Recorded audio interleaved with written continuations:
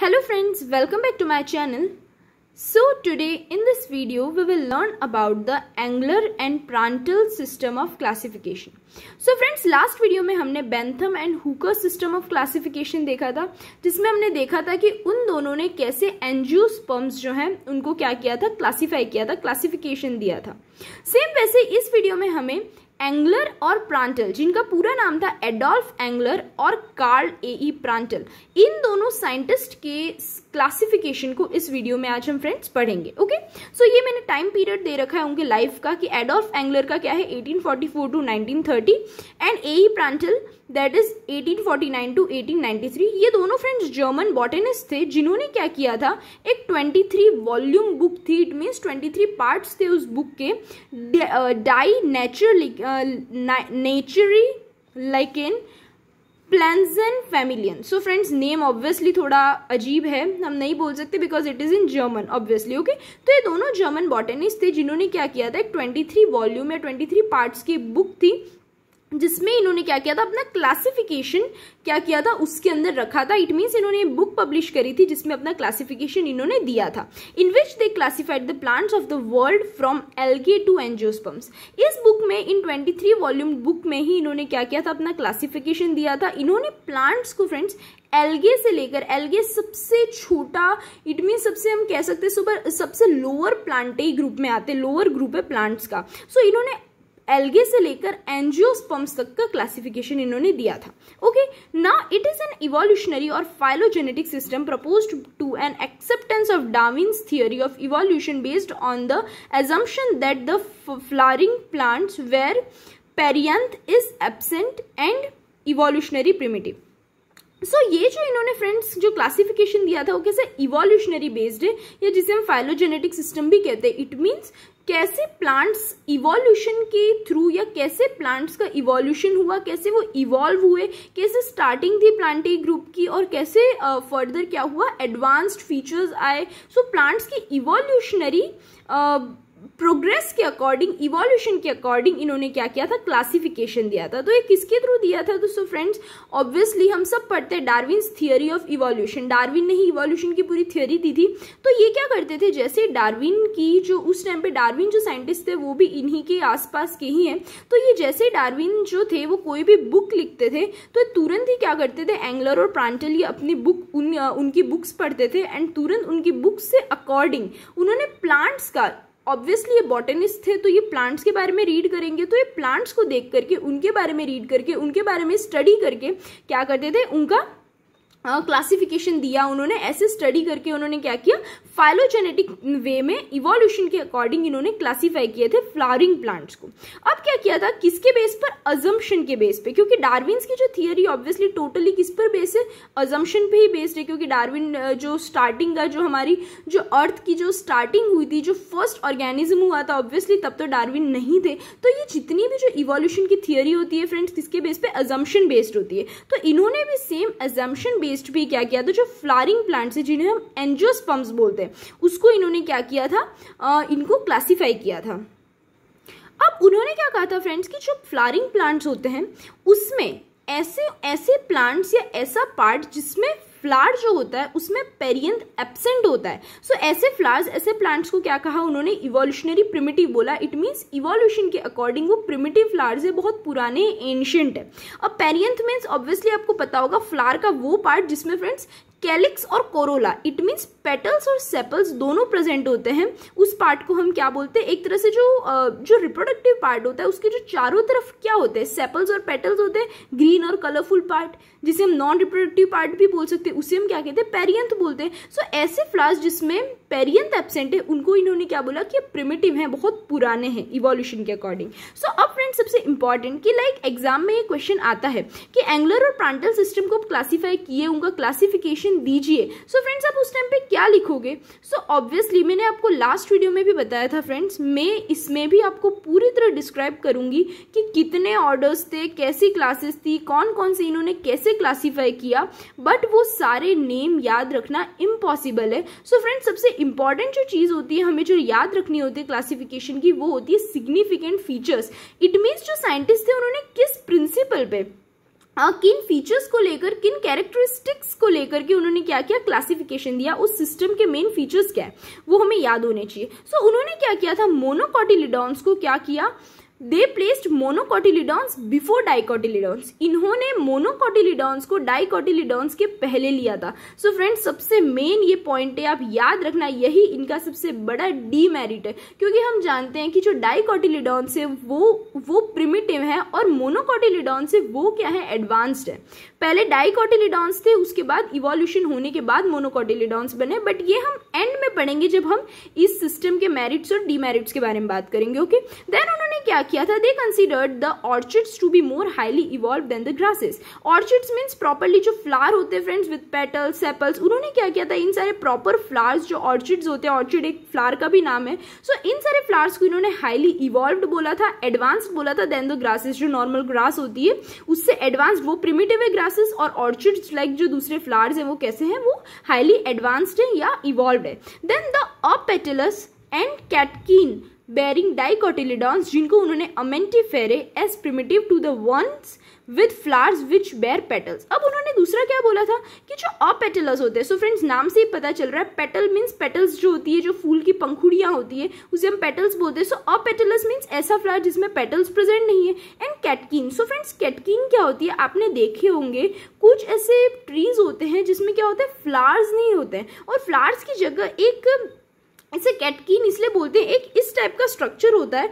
It means बहुत सारे like आप समझ सकते हो, छोटी छोटी इस टाइप की होती है, लीव्स भी नहीं है, ये फ्लावर्स भी नहीं है, बट इस टाइप की क्या करती है, लटकती हुई एक हैंगिंग पार्ट होता है किसी भी ट्री का, इसको फ्रेंड्स कैटकीन बोलते हैं। एक तरह से ये किटन या कैट की पूंछ जो होती है, टेल की तरह इसका शेप होता है, बहुत सारे गिरते हैं एकदम से, है ना, आप उसको खींचोगे तो पूरी तरह छोटा छोटा बारीक एकदम जो छोटे छोटे पाउडर लाइक सब्सटेंस है वो आपके हाथ में आ जाएगा। सो फ्रेंड्स इसको कैटकीन बोलते हैं। आप ऑब्वियसली एक बार इसको सर्च मार के देखना फ्रेंड्स, आप इसका पिक्चर देख सकते हो नेट पे। सो नॉर्मल जो कैटकीन्स होते हैं, सो ये ऐसे जो ट्रीज होते हैं जो अपेटलस है या जिनमें कैटकीन प्रेजेंट है, जो डाइकोटिलिडॉन्स में है, जिनको इन्होंने फ्रेंड्स अब अमेंटिफेरे दिया था। सो ये क्लास हम नेक्स्ट पढ़ेंगे जब हम क्लासिफिकेशन देखेंगे। सो इन्होंने क्या किया था, इनको प्रिमिटिव माना था, और दूसरे ऐसे फ्लावर्स, ऐसे प्लांट्स जिसमें जो फ्लावर्स है जो पेटल्स बेयर करते हैं, इट मीन्स ऐसे फ्लावर्स जिनमें पेटल्स प्रेजेंट है,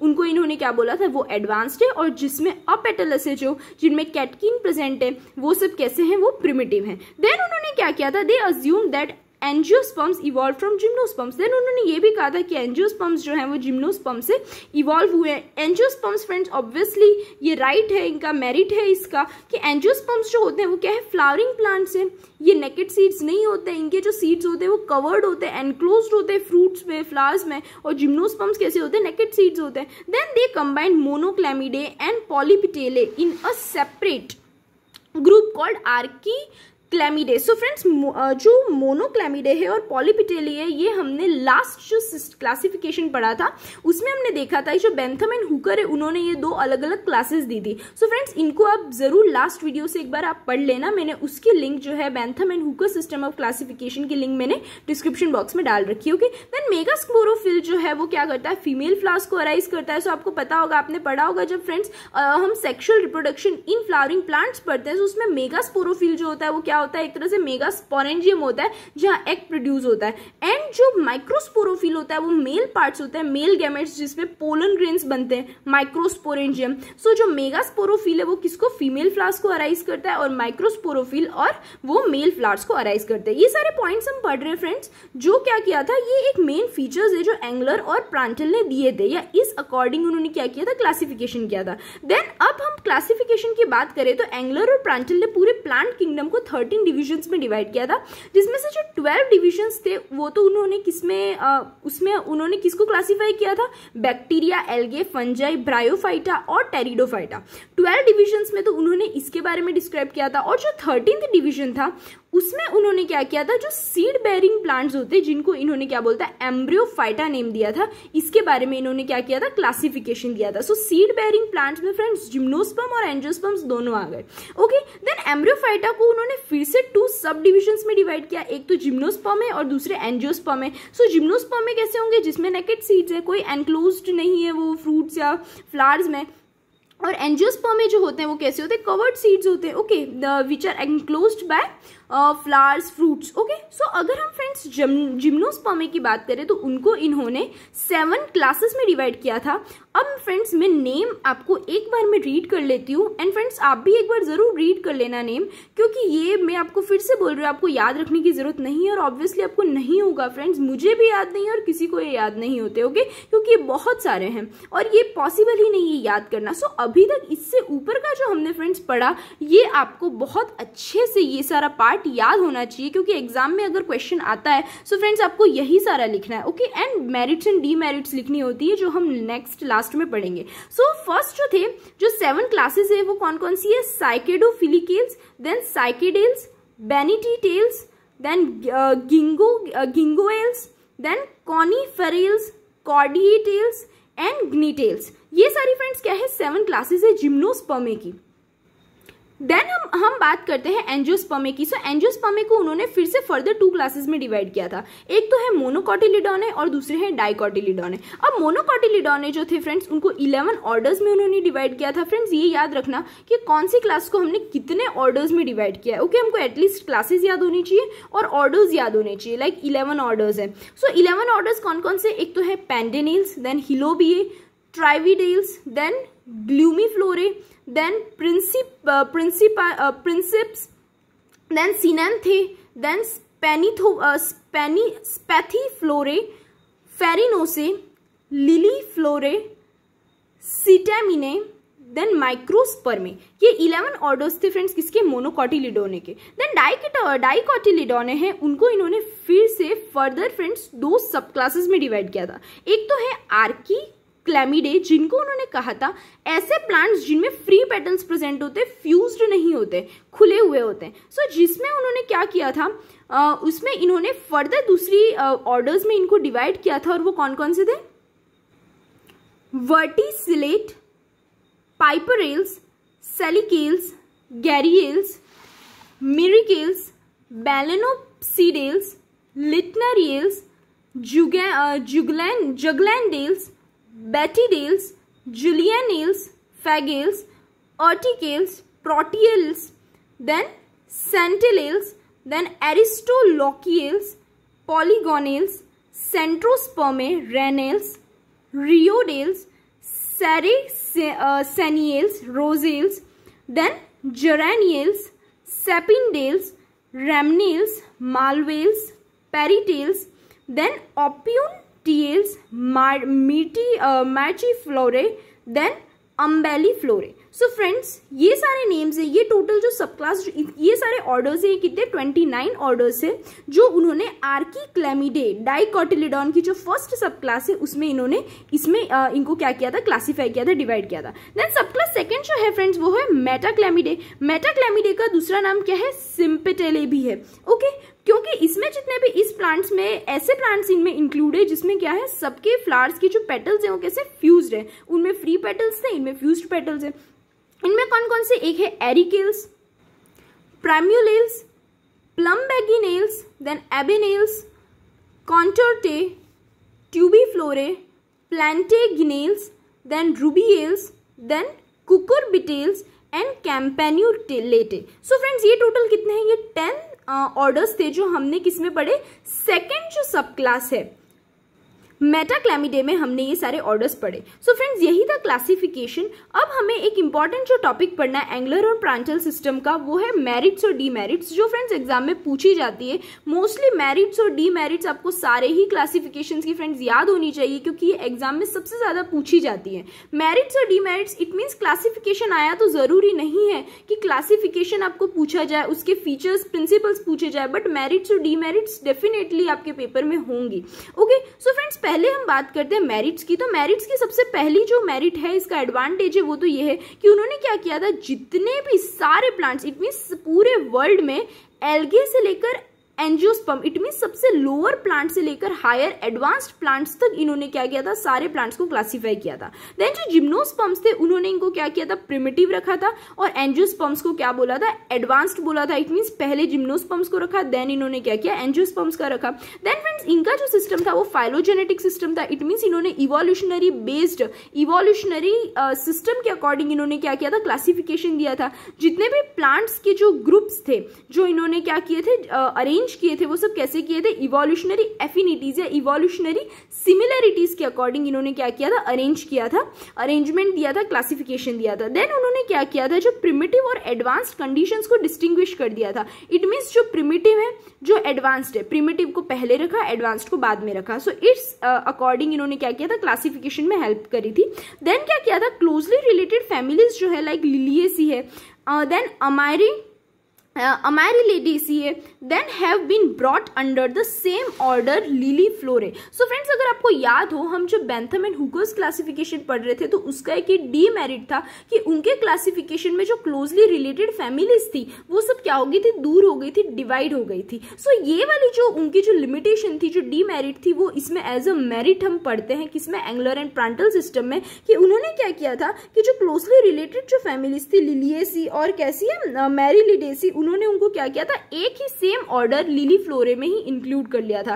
देन जो पोजीशन है फैमिली ऑर्किडेसी, जो फैमिली है उसकी जो पोजीशन थी वो उन्होंने कहाँ रखी थी, क्लासिफिकेशन के एंड में, in the order Microspermae is also very accurate as it is considered to be the most advanced one. तो ये जो फैमिली है ऑर्किडेसी, ये इन्होंने क्या किया था, क्लासिफिकेशन में सबसे एंड में रखी थी। कौन से ऑर्डर में, माइक्रोस्पर्मे जो ऑर्डर है।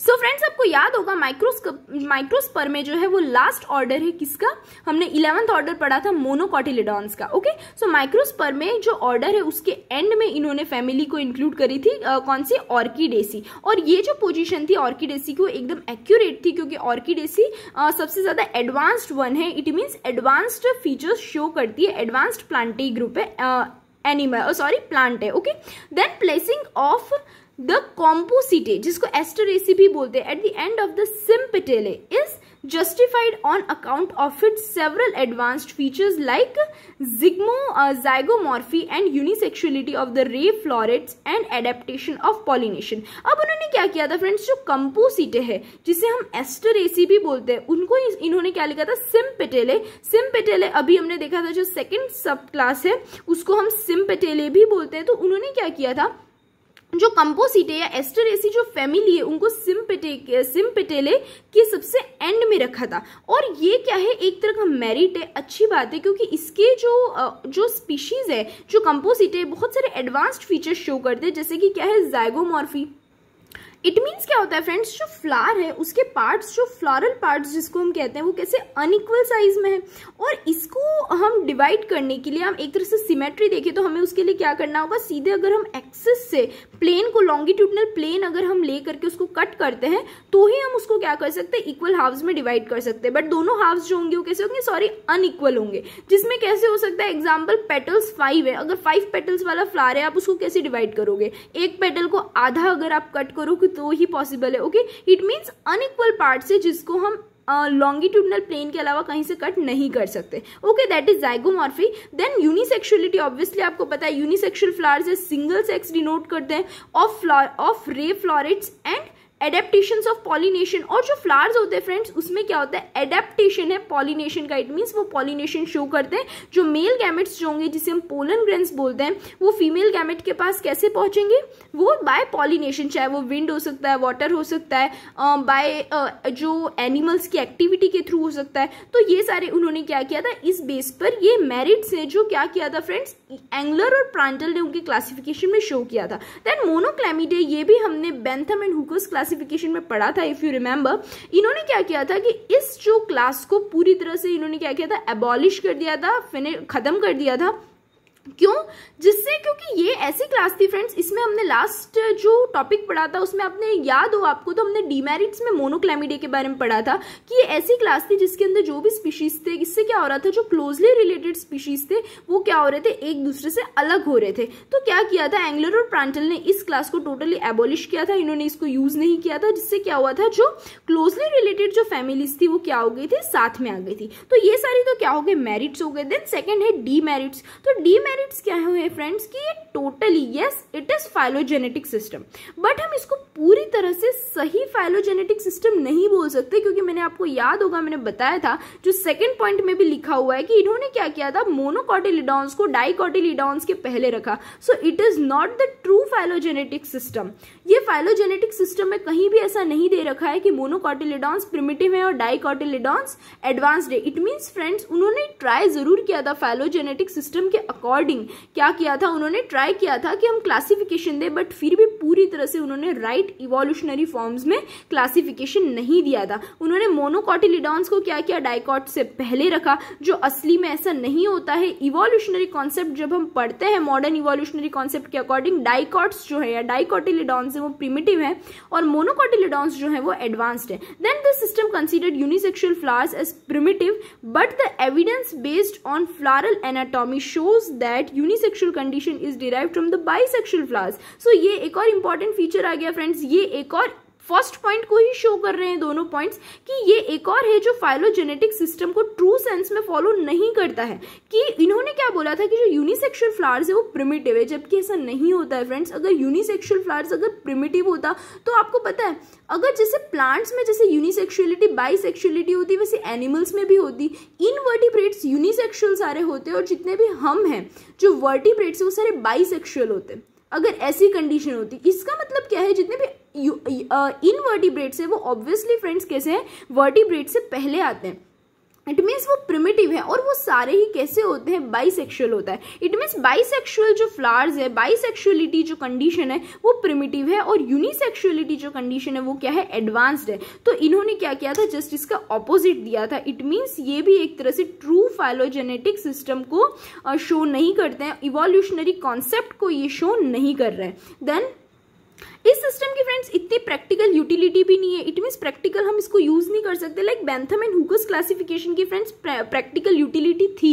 हमने देखा था कि हमारे इंडिया में भी और बाकी बहुत सारी कंट्रीज में जो हम हर्बेरियम यूज करते हैं, हर्बेरियम ऑब्वियसली मैंने एक वीडियो हर्बेरियम पे भी डाल रखी है फ्रेंड्स, अगर आपको देखना चाहो आप सो देख सकते हो मेरे चैनल पे, मैंने उसकी लिंक भी डिस्क्रिप्शन बॉक्स में डाल रखी है। ओके, सो जो हर्बेरियम्स जो है, हर्बेरियम में हमारे इंडिया में भी Bentham and Hooker's system of classification के अकॉर्डिंग ही हम क्या करते हैं, सारा अरेंजमेंट करते हैं हर्बेरियम में। बट इस सिस्टम की ऐसी कोई भी प्रैक्टिकल यूटिलिटी नहीं है। देन जो अमेंटिफेरस फैमिलीज हैं with naked flowers are considered primitive by Engler and Prantl, but the Amentiferae is an advanced group. The simplicity of flowers is due to evolutionary reduction and not primitiveness. So friends, ये भी एक चीज होती है कि जो primitive, हम evolution में हमेशा क्या होता है, आगे ही बढ़ना इवोल्यूशन का मतलब नहीं होता है। ये फ्रेंड्स याद रखना, इवोल्यूशन में जरूरी नहीं है कि हर चीज ज्यादा हो रही है। ऐसा नहीं है कि अभी हमारे 2 हाथ है तो इवोल्यूशन होते होते मिलियन ईयर्स के बाद 4 हाथ हो जाएंगे, ऐसा नहीं है। जो फ्रेंड्स इवोल्यूशन के अकॉर्डिंग, इवोल्यूशनरी में सिस्टम्स देखें हम, इवोल्यूशन के अकॉर्डिंग क्या होता है, आगे प्रोग्रेशन होता है तो प्रोग्रेस के साथ साथ रिडक्शन भी होता है जिन चीजों की जरूरत नहीं है। सो जो अमेंटिफेरस जो फैमिलीज है, जो जिनमें नेकेड फ्लावर्स होते हैं, इट मीन्स वो अपेटलस होते हैं, पेटल्स प्रेजेंट नहीं होते, उनको इन्होंने क्या बोला था, एंगलर और प्रांटल ने प्रिमिटिव बोला था। बट ये गलत है। एक्चुअल में ये जो फैमिली है अमेंटिफेरे वो बहुत एडवांस्ड ग्रुप है और इनके फ्लावर्स बहुत सिंपल हैं,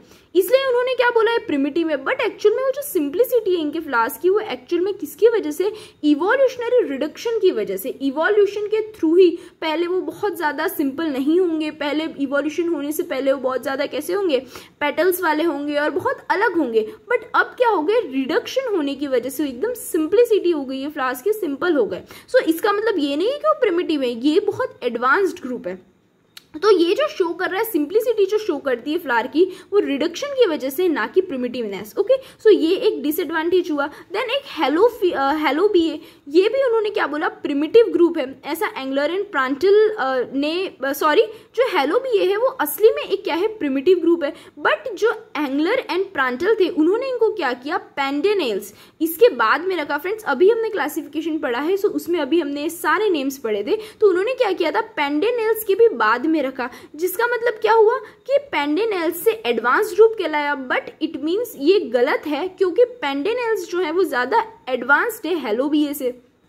मोनोकोटिलिडॉन्स की क्लासेस में ही पढ़ा था फ्रेंड्स, सबसे पहले हमने क्या देखा था, पेंडेनेल्स देखा था एंड सेकंड हेलो बी ए देखा था। बट ये रॉन्ग है, हेलो बी ए सबसे ऊपर आना चाहिए, क्योंकि वो सबसे प्रिमिटिव ग्रुप है और पेंडेनेल्स तो उनसे ज्यादा एडवांस्ड है, तो उसे नेक्स्ट आना चाहिए। तो ये भी एक डीमेरिट हुआ। और उन्होंने क्या किया था, एंजियोस्पर्म्स को उन्होंने पॉलीफाइलेटिक ग्रुप कंसीडर किया था। इट मीन्स जितने भी एंसेस्टर्स हैं इन ग्रुप्स में, इट मीन्स जो प्लांट्स हैं उनके जितने भी एंसेस्टर्स हैं फ्रेंड्स, वो कॉमन हो नहीं हो जरूरी नहीं है। बट उन्होंने इनको किसके बेस पे रखा था, सिमिलैरिटीज के अकॉर्डिंग। इट मीन्स उन्होंने क्या किया, जितने भी प्लांट्स हैं उनके प्रिमिटिव कैरेक्टर्स देखे, एडवांस्ड कैरेक्टर्स देखे, उस अकॉर्डिंग उन्होंने सारे प्लांट्स की सिमिलैरिटीज देख ली। इट मीन्स उन्होंने एंसेस्ट्रल्स नहीं देखे कि ये जितने भी प्लांट्स हैं उनके कॉमन एंसेस्टर्स से बिलोंग कर रहे हैं। इट मीन्स उनके जो पूर्वज है वो कॉमन एक ही फ्लावर है, उसी से वो इवोल्यूशन होकर के इतने सारे बने। उन्होंने इस पर ध्यान नहीं दिया था। उन्होंने क्या देखा, सिर्फ सिमिलैरिटीज देखी थी और उसमें क्या देखी, कैरेक्टरिस्टिक्स प्रिमिटिव और एडवांस देख करके उन्होंने क्या किया था,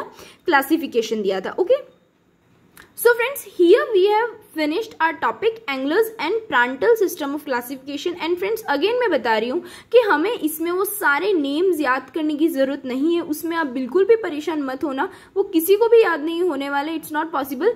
बट हमें इसके जो सिग्निफिकेंट फीचर्स हैं वो याद होने चाहिए फ्रेंड्स। देन हमें इसका जो नॉर्मल जो समरी है, देन फ्रेंड्स जिसे हम सिनॉप्सिस भी कह सकते हैं, किसमें कितने ऑर्डर्स हैं, कितनी क्लासेस हैं, ये सब फ्रेंड्स हमें बहुत अच्छे से याद होनी चाहिए। ओके, उसमें अगर आप याद नहीं करोगे so that's wrong. Okay, and then friends merits और डीमेरिट्स भी आपको याद करना बहुत जरूरी है, क्योंकि वो भी इंपॉर्टेंट है। अगर आपको किसी भी सिस्टम के बारे में इतना याद है, समरी पता है एंड हमें क्या पता है, सिनॉप्सिस पता है, that's very very very important. Synopsis याद होनी चाहिए, कितने ऑर्डर्स, कितने फैमिलीज, नंबर्स याद होने चाहिए, कौन कौन से नेम है याद करने की जरूरत नहीं है। देन मेरिट्स और डीमेरिट्स याद होनी चाहिए। ओके फ्रेंड्स, तो यहाँ हमारा ये सिस्टम फिनिश होता है एंड नेक्स्ट वीडियो में हम हचिसन सिस्टम ऑफ क्लासिफिकेशन पढ़ेंगे, जॉन हचिसन, एंड वो भी फ्रेंड्स बहुत इंपॉर्टेंट है। So stay connected with my channel and if you like this video then please share with your friends too, and if you find any doubt related to this topic then you can ask me in the comment box.